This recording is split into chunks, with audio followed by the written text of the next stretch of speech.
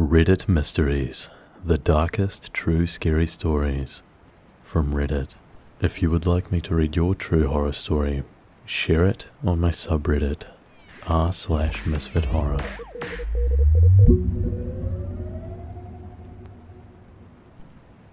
I work at a restaurant in a small town, and I have been locking up at the end of the night for over a year now. It's nice, easy money, and I usually get paid an extra hour while doing simple tasks like cleaning or rolling silverware. It's actually calming after a hectic night in the kitchen. I never check bathrooms or anything before locking up. Usually, the restaurant is empty well before I'm finished, and I have a lot of time to myself. There is something so eerie about being in a restaurant alone after closing. What was once a bustling place full of people is now empty and silent.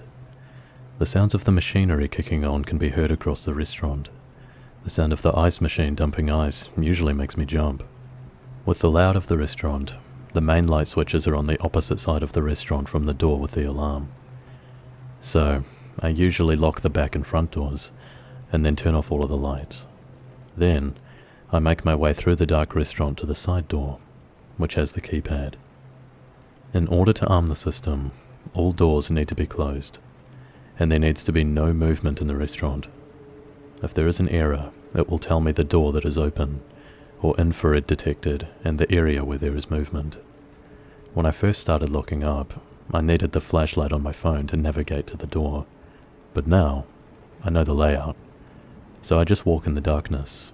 For some reason, it is less scary to just speed walk through the dark than to have a dimly lit phone light casting shadows and reflecting off surfaces. I hate to say it as a grown man, but the dark creeps me out. Tonight, the restaurant had been closed for almost 2 hours. I mopped the kitchen, cleaned a bit, and rolled some silverware for the morning crew. I locked the doors, turned off the lights, and then made my way through the dark restaurant to the door. I typed in the code and got an error. Error, infrared detected, dining room. I felt my stomach sink. I know I've been alone in this restaurant for 2 hours. I know I had just walked through that pitch-black dining room. Just then, I heard footsteps pounding on the tile, coming towards me from the dining room. I've gotten chills down my spine before when something creeps me out, but this was different.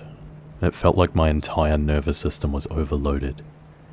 I didn't even turn around. I just opened the door and bolted out into the parking lot. I didn't hear any footsteps behind me. I got in my car and peeled out. I drove down the street and called 911, and then I called my boss. I waited until they arrived before I went back to the restaurant. The door was wide open. There was no sign of anyone. Nothing was stolen, nothing was broken.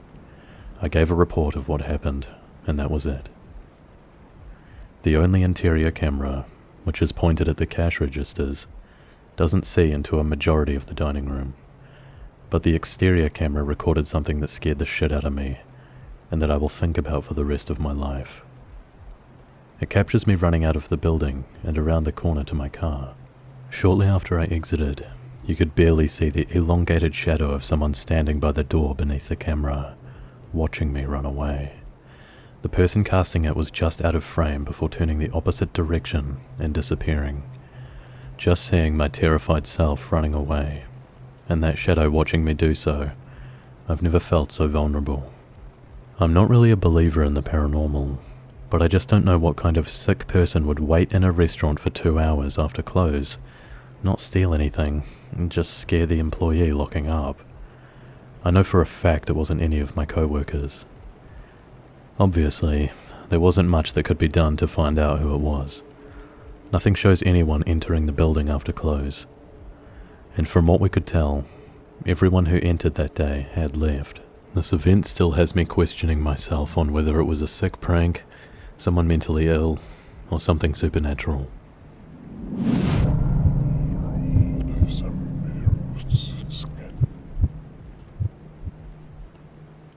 Recently, I had the most disturbing experience of my life.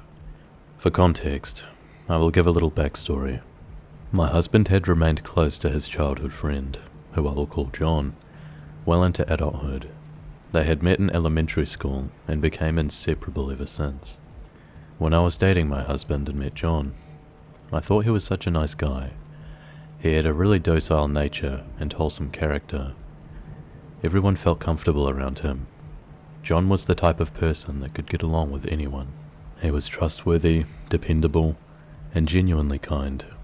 I was happy that my husband was able to keep such a good friend in this day and age, when true friendships are so hard to find. Both me and my husband are estranged from our families, so we were very lucky to have someone like John in our lives. We considered him our family. John was a nerd like us, so we had many of the same interests. We would meet up every once in a while to grab something to eat, catch a movie, or just hang out at the house playing retro board games and discussing tech.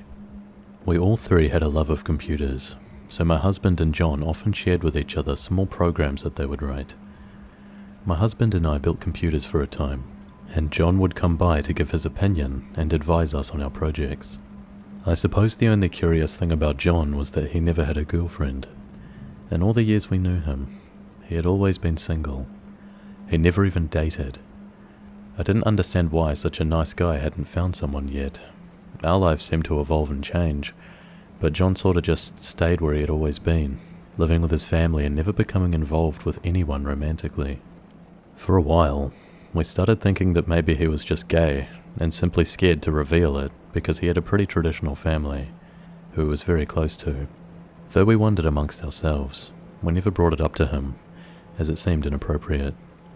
It would be like we were invading his privacy or meddling in his life. We figured that he would eventually find someone when he was ready.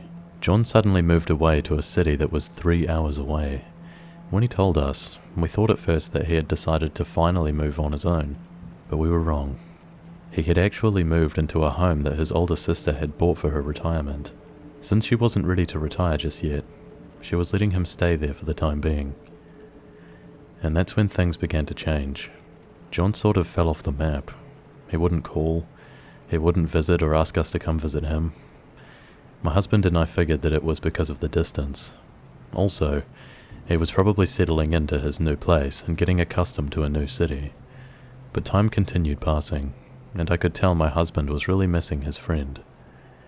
I had to admit that I was too. We had such good times together, and it was so unlike John to disconnect like that. It was so difficult to get in contact with him on the phone, and he wasn't very active on his social media either. I started to worry about John. I also didn't want my husband to continue distancing himself from his best friend, as it could become permanent. So I made it my mission to reignite our friendship. I called John and arranged for us to go visit him. Surprisingly, he didn't seem to even acknowledge the fact that it had been about 2 years since we had last seen each other. When we arrived at his place, I was taken a little aback, as I hadn't been expecting what I saw. The house was in a pretty secluded neighborhood, in the middle of nowhere actually. I didn't know how he could get used to it here, coming from a big city and all. Also, and I hate to say this, but the house seemed dirty and messy. John told us that he had transferred his job to this new city, and even though they offered him a promotion, he had declined it. He didn't want to work the extra hours. I looked around and thought that this made sense, since it seemed like John didn't like leaving the house very much. I chuckled to myself as I thought the house looked more like a bunker than a home. To my dismay, I saw that John had his own room, as if he was still a teenager. In fact, it was decorated as if that is what he still was. It was a mess in there. Computers and computer equipment on the floor, wires everywhere, clothes thrown around all over the place. John said his sister came to stay every other weekend, so she had the main bedroom for herself. He expressed how he hated for his privacy to be interrupted when she stayed over, but what could he do? I thought to myself that he could just get his own place, but I didn't say it out loud. We all decided to go to dinner and browse some of the stores in the area. I couldn't help myself any longer and asked John why we had lost contact. It had become so difficult to get a hold of him lately. He kind of shrugged it off and said that he had been so busy with the move that he must have lost track of time. He didn't ever want to lose contact like that with us again. He appeared genuine, but something felt off to me. His answers appeared too short and generic, as if they had been scripted or practiced somehow. My husband told him that he thought he would have had his own place by now since he moved all the way out here. John said that it was just financially easier this way. Again, another short and generic reply. I asked him if he was seeing anyone. He said that he wasn't in a position to do so right now, as he really wanted to get his finances in order first. I thought that every reply he gave made sense and was perfectly reasonable, but I also knew he was lying. Rather, he was hiding. I just didn't know what. It was just this nagging feeling that I couldn't shake off. John just didn't seem like the person we had known once. My husband and I drove back home kind of confused, but glad that we had spent some time with our friend. It had been a long time coming. John certainly had answered all the questions we had been curious about. We believed that now we had resumed contact, we would see more of him, but that didn't happen. John continued to be distant. His social media continued to not be updated. But I did notice something strange. Since I have him as a friend, I could see whatever he did that was public. I noticed he was liking Nickelodeon programs and would sometimes make comments on their posts. The comments would just mention how good a show's last episode was, or how he couldn't wait to find out what would happen next. I found this odd. His comments almost seemed to be written by someone much younger, and not a man in his late 30s. Who still watched kids' programs at that age? Oh well. I chalked it up to John always being sort of innocent. Besides, some adults still watch cartoons, right? I suppose there isn't anything too weird then, with an adult liking children's sitcoms. I didn't mention it to my husband. I'm not sure why. I just felt like I was invading John's privacy somehow. After all, it's not like I had purposefully searched for this information. Besides, what would be the point of even mentioning it? It was just TV shows. Over the next couple of years, John visited us one time. Once again, I had to make a monumental effort to get him to meet with us, even though he travelled our way to visit his mother often. I got the uncanny feeling that John was avoiding us. Again, as if he was hiding. But hiding what? My husband had pretty much accepted the fact that this friendship had somehow grown apart and things would never be as they were before. No point in continuing to force the situation. I resigned myself to that fact as well. It happens. I figured it happened more commonly with childhood friends, since people do tend to go in different directions in adulthood. Some more time passed, and my husband mentioned John to me. He told me that he wondered what he had been up to and how it seemed how hard he tried. He kept losing contact with him. I could tell my husband was annoyed and wouldn't call John because he was upset. I decided to give him a call myself. I hoped he still had his same number, and luckily, he did. John informed me that he had recently moved back in with his mother. She needed him to be close to her due to her ailing health. I told him it was good that he was back, because we were planning on visiting my father, so we could swing by and see him as well. For the first time, John actually sounded strained and evasive. For the first time, John actually sounded strained and evasive. He didn't sound like himself at all. He told me that he really hadn't been expecting to move back, so he was having trouble getting settled in.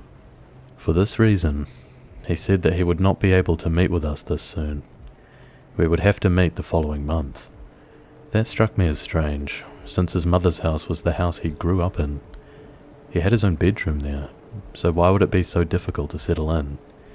I accepted his wishes though, and told him that the following month, we would plan on hanging out for sure. Nothing could have prepared me and my husband for what happened next. As the month we were supposed to meet approached, my husband called me to come downstairs and look at the TV. He then said to hurry. I thought he was just being dramatic, since he sometimes did so to come and see what he was watching. So I reluctantly went downstairs. I immediately noticed he was as white as a sheet. Now, he had my attention. I asked him what in the world was wrong now. He told me to look at this as he held the remote in his hand, pointing it to the TV. I sat down next to him, and he started playing a news segment that showed a courtroom. Suddenly, John is led in by a bailiff, wearing an orange suit with his hands and feet shackled. I literally did a double take, as I couldn't at first believe it was the same person. I thought my husband was joking and was playing a video showing a John look-alike, but there was no denying it was really him. His full name was right on the screen. The newscaster said that yet another man, John, had just been arrested in connection to one of the largest child trafficking rings that had been dismantled in recent history. John was just one of the many individuals who had been caught when the police successfully obtained their information from a website on the dark web that had been shut down for featuring and spreading child pornography. The investigation had been going on for a few years. Both of our mouths were wide open as we stared at the TV in disbelief. My husband told me that he had been searching for a local TV show when he came across this. He told me he just couldn't believe it. He must have watched it over 20 times before he called me downstairs to see for myself. I was speechless. Sometime later, when the initial shock subsided, my husband went online to search for more information, and it appears that John's mother's home and sister's home had both been raided, and they found hundreds of child sexual abuse content on his computer. John must have been collecting them since his youth. There had also been a DNA match. There wasn't much more information than that, and I was thankful for it, because none of us wanted to know what that meant exactly. John is going to be in prison for the next 30 plus years. He will be an old man by the time he makes it to his first parole hearing, and would have to wear an ankle monitor for his remaining years if he was ever to be released. We saw that his sister removed his name from the house she had bought. She also removed every mention of him from her social media. For his family to have disowned him, the details of what John did must be truly horrific, and it's obvious that his family has no doubt of his guilt. I feel so sorry for his poor mother. She was such a sweet lady. She had already lost 2 sons, and now she lost a 3rd one. My husband and I removed John from our contact list and any trace of him from our social media as well. We severed all ties. We decided to not even contact his family. We will not be visiting him in prison either, though we have so many unanswered questions. This event broke my husband somehow. He has become very paranoid and distrustful of other people. He has refused to make any new friends. I can understand him. It's life-changing when you realize you never truly know anyone, regardless of how close you are to them. Not really. The sweet, humble guy that had slept in our home and shared so many great times with us had been an illusion. A very good magic trick. It's as if he had never really existed, except in our own minds. John had been hiding something after all. He had been hiding that he was really a monster.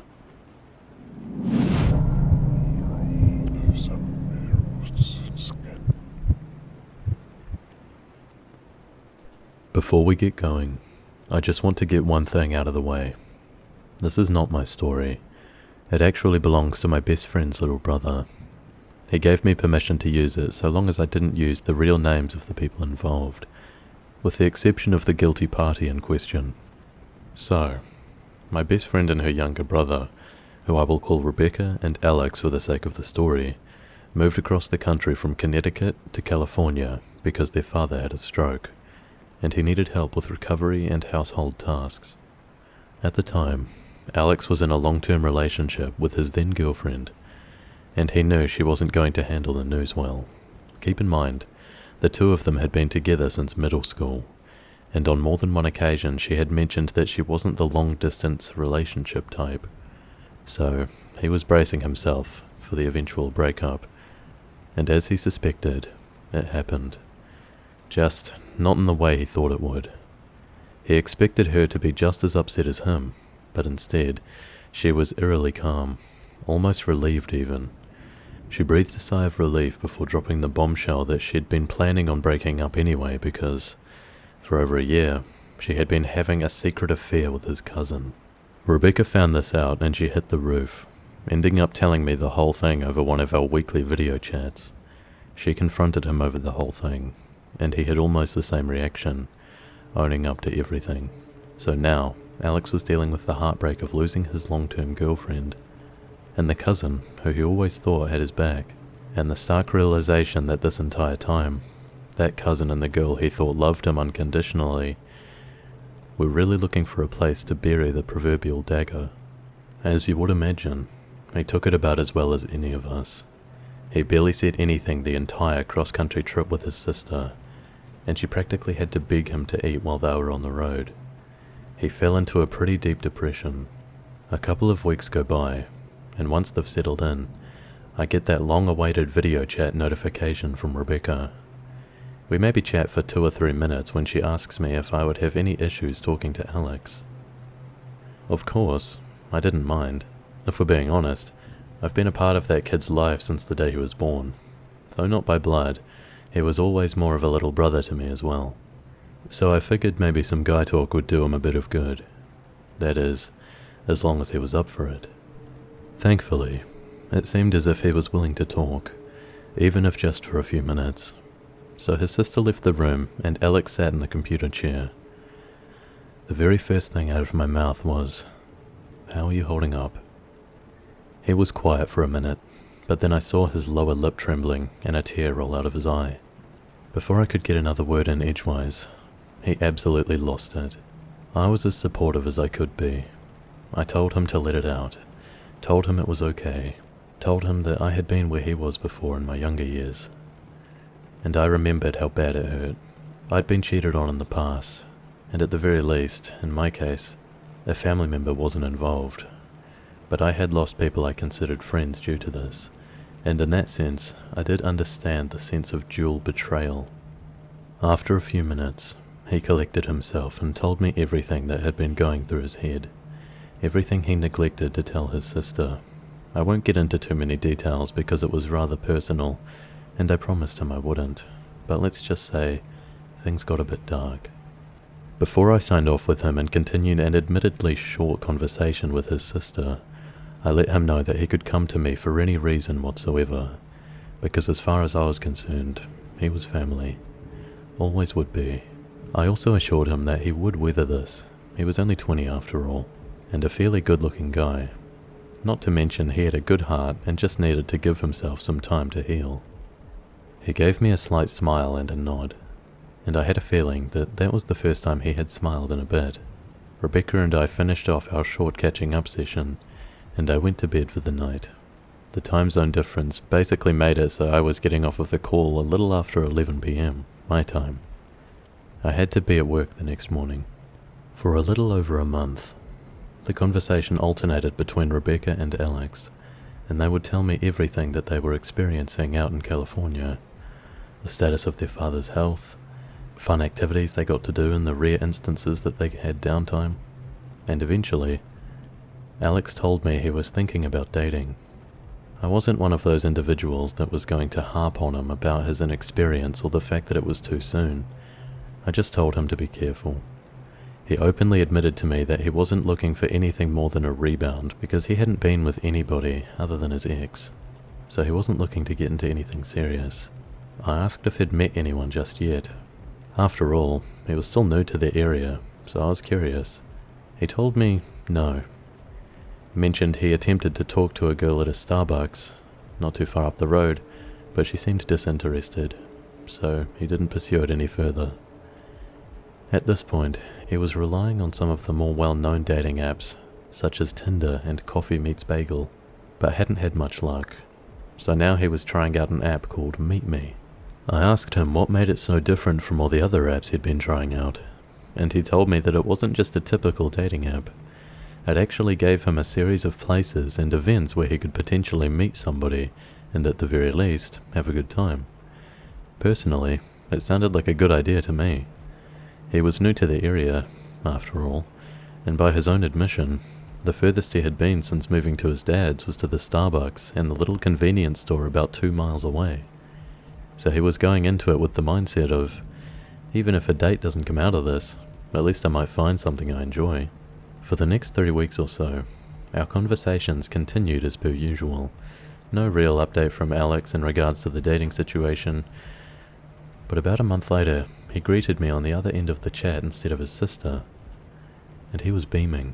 He told me he met a woman by the name of Lena on the app. They chatted for a little over a week, and he realized that they clicked. He didn't mind that she was a little bit older, and by a little bit, I mean 16 years his senior. But throughout the few conversations, he found they have a bit in common. She would eventually talk him into meeting up at a music appreciation club meeting at a rec centre not too far away from him. He held up his phone to the camera, and I waited for the picture to focus a bit more. But from what I could see, she was quite pretty. She didn't look her age. If anything, she could have passed for being in her mid-20s. She had a kind of punk rock aesthetic to her look. Slender, with a Monroe piercing, a black pixie cut hairstyle, and a little dimple in her chin. She was rocking an AFI t-shirt and had a smile that gave off the impression that she was fun. I could understand why he gave her a shot. If I were in the same position, I probably would have done the same thing, especially since that was my type when I was his age. He went on to tell me that he started to bond with her within the first couple of hours of their initial meetup. They chatted about their mutual love of the albums Black Sails in the Sunset, Answer That, and Stay Fashionable, and The Art of Drowning. They talked about all of the music that helped them through tough situations and became their overall life soundtrack. He knew that he had found a kindred soul, at least in this sense, when she started naming off some of the more obscure bands like Domin and Calabrese. I advised him to be careful at first and not to fall too hard. Told him it was a good idea to get to know her a bit better, especially since he was just getting out of a rough breakup. When I gave him this advice, I realized it kind of came across as unwanted, because he gave me a look like I was insulting his intelligence, but after a few seconds, he just thanked me and told me he would keep me posted. He stuck to his word, because every chance he had, he would talk about Lena and tell me about how she would take him on day trips when she found out he wasn't from the area. They went everywhere from the Sunset Strip to Venice Beach. She even took him to go out and see Alcatraz. It would be 4 to 5 months of these conversations before one day he told me that she finally admitted to having feelings for him. He wasn't sure how to process this information at first, mostly due to the fact that he was under the impression that they were just friends. But after talking to her and finally telling her everything he had gone through with his previous breakup, he admitted that he would be willing to give it a shot because he really liked her company. Upon hearing this, she gave him a passionate kiss. As he blushed, he told me that one thing led to another, and, well, you know, he didn't have to go into too much detail past that point. I could see the sheepish look on his face combined with a boyish grin. Still, I asked him if he was sure he was making the right move. He told me I was overthinking things, and he was just going to see where it went from there. It wasn't like he was going to be proposing to her anytime soon. I just said okay, and in a way, I gave him my blessing before ending my conversation with him and speaking with Rebecca. She waited for him to leave the room before chatting with me, and once she realized he was out of earshot, she said with more than a slight hint of uneasiness in her voice that she couldn't shake the feeling that this was going to end badly. When I asked her what she meant, she told me she found the whole situation creepy. She even pointed out that if somebody like me or her father were doing the same thing, it wouldn't be treated the same way. Though she acknowledged the obvious and very real double standard, I reminded her that Alex seemed smitten with Lena, and that he was technically an adult. She said yeah, in an almost defeated way, and let me know that she would see how things played out, hoping her gut instinct was wrong. Sadly, it wasn't. As the conversations continued, Alex would tell me how Lena finally came over and met the family in person. His dad seemed okay with everything and was honestly relieved that his son was dating someone with much more life experience. Rebecca was more standoffish, but did her best to hold her tongue. As much as she wanted to confront Lena that night, she didn't, for her brother's sake. Alex would talk to me, and in some of those instances, especially when he looked tired, he would allude to the fact that Lena was keeping him up at night without getting into too much detail. Apparently, it was quite often, and in some instances, way more adventurous than he could have imagined. One night, he told me that they were planning a day trip to San Francisco, just so they could take some rides on the trolley cars and check out places like Hyde and Ashbury. He seemed really jazzed about the whole thing. The usual routine of bidding him good night and wishing him well before talking to his sister went on as per usual, and the conversation was relatively normal. So when I didn't hear back from them for close to a couple of weeks, I started to worry. This was highly unusual because these weekly video chats were almost on a schedule. I started to wonder if their dad had another health crisis. I sent a few messages on WhatsApp and Facebook Messenger to try to get down to the bottom of things. After my third or fourth attempt, Rebecca finally answered back with, "Sorry, had a lot going on as of late. I'll fill you in later." That evening, my computer screen signed in with that all too familiar tone once again. I still remember I was in the middle of microwaving a few slices of pizza from the night before, and I darted into my computer room, deciding to forego eating until I had an understanding of what exactly had kept them from speaking to me for what felt like an extended period. The first thing out of my mouth when Rebecca came up on my screen was, "Is your dad okay?" She assured me that he was doing okay as far as his health was concerned, but then she said he was just as pissed as she was. I'm pretty sure I looked confused at that statement because she launched into a tirade about Lena. It was all over the place. She punched the desk a couple of times, and she was so furious I could barely make out what she was saying. I asked her to take a breath for a minute and start over, but instead of doing so, she just told me it would have been easier to just have Alex explain it.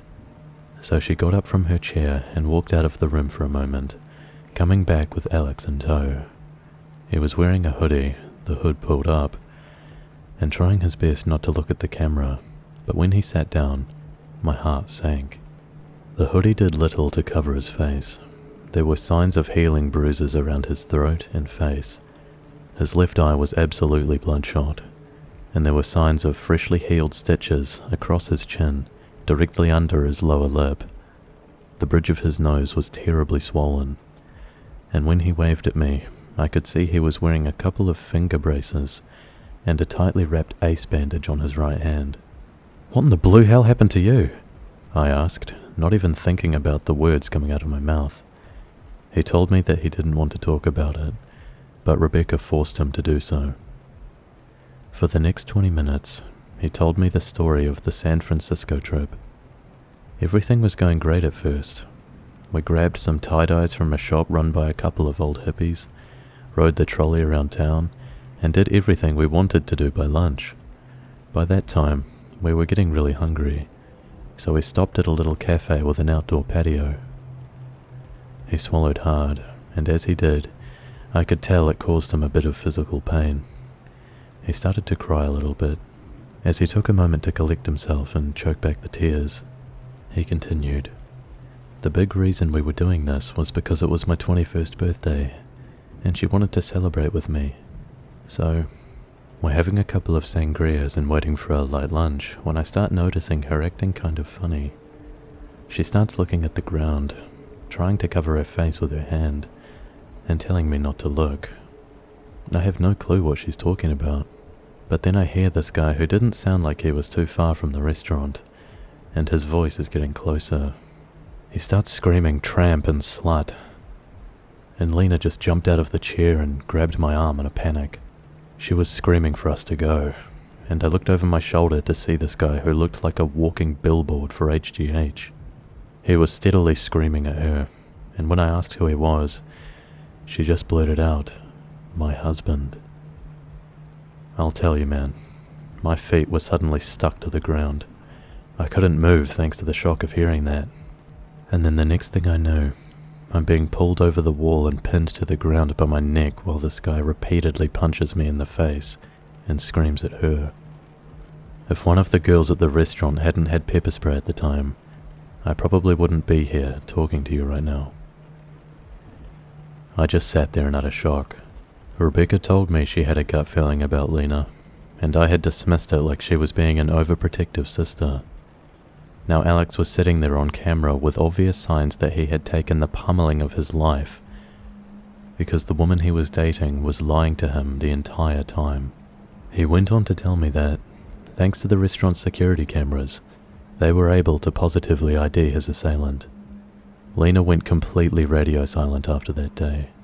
She wasn't at the music appreciation club, he didn't see her around town, and he began to suspect that her husband may have done something to her. That fear was put to rest when they were visited by the police officers handling his case, and they informed him that she had skipped town and ended up going to her parents' place in Oildale. She was subpoenaed to show up in court in order to give an account of what had happened. Rebecca and her dad kept me in the loop with everything that happened from that point forward. Her husband was charged with assault and battery and stalking. I don't quite remember how long he was sentenced, but a good portion of it was suspended with the condition that he take an anger management class and undergo court-ordered counselling. During the proceedings, Alex and the rest of the family would find out that she had a habit of doing this kind of thing, and that he wasn't the first young buck that she had run around with behind her husband's back. Her husband had served her with divorce papers, but she refused to sign them.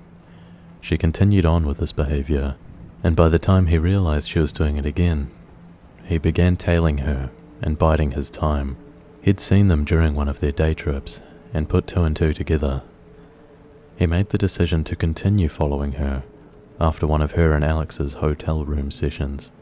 He openly admitted to losing his temper and attacking the wrong person that fateful day in San Francisco.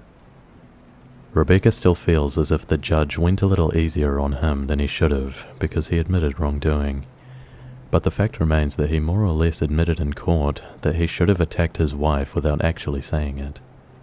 Alex and I would talk quite a bit more, this time just one-on-one after the court proceedings. He went on to tell me that somewhere in between being choked out on a San Francisco sidewalk and having the bridge of his nose reset in the emergency room, he has come to the decision that maybe online dating wasn't for him. It's been a couple of years since all of this went down, and thankfully, he's healed well both physically and mentally. He continued going to the Music Appreciation Club because it brought him a sense of peace, despite being where him and Lena initially met. He made a few good friends during his time there, and a few of them introduced him to other activities in the area. He started taking a cooking class, and that's where he befriended the girl he is dating now. She too is older than him, but thankfully only by a year.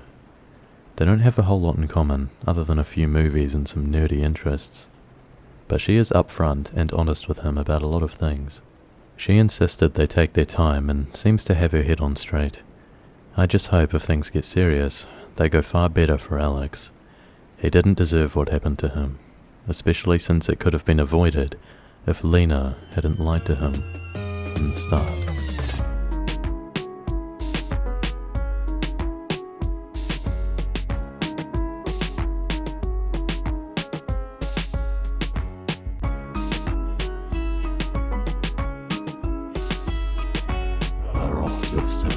Nicht auf Wurf, Stamm, Fischnet.